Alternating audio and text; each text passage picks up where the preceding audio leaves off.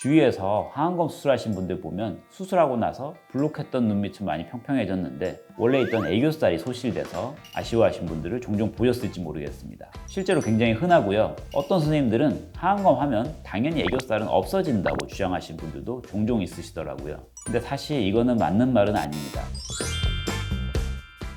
안녕하세요. 닥터 라이블리 성형외과 전문의 서현 원장입니다.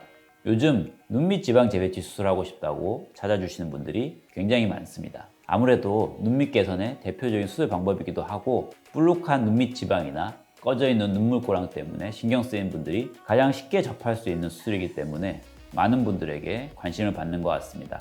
그런데 눈밑 지방 재배치를 알아보다 보면 간혹 하안검 수술이란 말도 종종 듣게 되실 텐데요. 하안검 수술은 정확히 무엇인지, 눈밑 지방 재배치와는 다른 수술인 건지, 나에게 더 적합한 수술은 어떤 것인지 감이 잘 안 오신 분들이 굉장히 많은 것 같습니다. 그래서 이번 영상에서는 눈밑 지방 재배치와 하안검 수술의 차이점과 각 수술은 어떤 케이스에 더욱 적합한지에 대해서 자세히 알려드리겠습니다.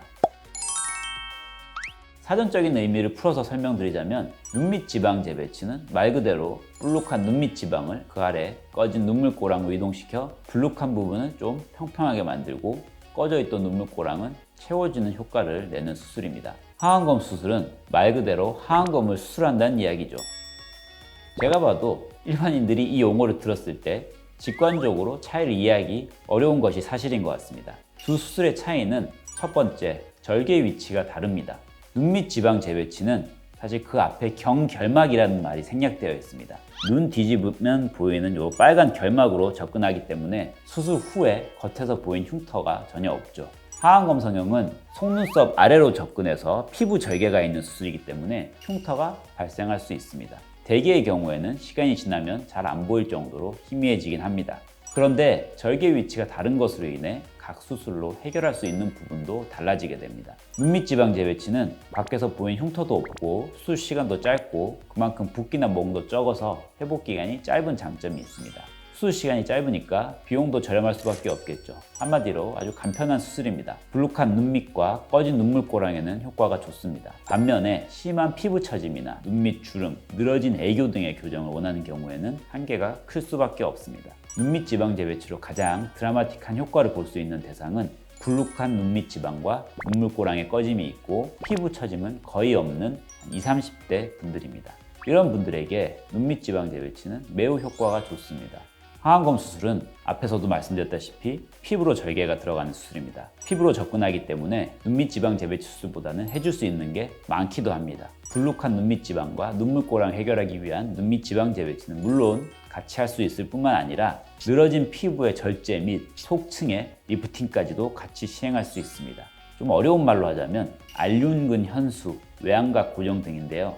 눈 피부 안의 근육을 골막에 고정함으로써 하안검 부위의 리프팅, 늘어지고 평평해진 애교살도 강화해 줄 수 있습니다. 따라서 불룩한 눈밑 지방, 눈물고랑 꺼짐, 그리고 피부 처짐이나 잔주름이 있는 50, 60대 분들에게 적합한 수술이라고 할 수 있습니다.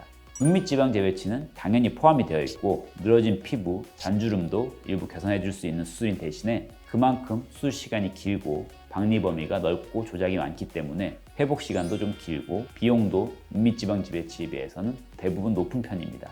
눈밑 지방과 눈물고랑의 꺼짐도 많이 개선이 됐지만 아마 좀 눈썰미 있으신 분들은 보셨을 텐데요. 애교살도 굉장히 많이 회복된 것을 볼 수 있습니다. 하안검 부위의 수술과 우리 애교살 부위는 굉장히 밀접한 관계가 있습니다. 주위에서 하안검 수술하신 분들 보면 수술하고 나서 불룩했던 눈밑은 많이 평평해졌는데 원래 있던 애교살이 소실돼서 아쉬워하신 분들을 종종 보셨을지 모르겠습니다. 실제로 굉장히 흔하고요. 어떤 선생님들은 하안검 하면 당연히 애교살은 없어진다고 주장하신 분들도 종종 있으시더라고요.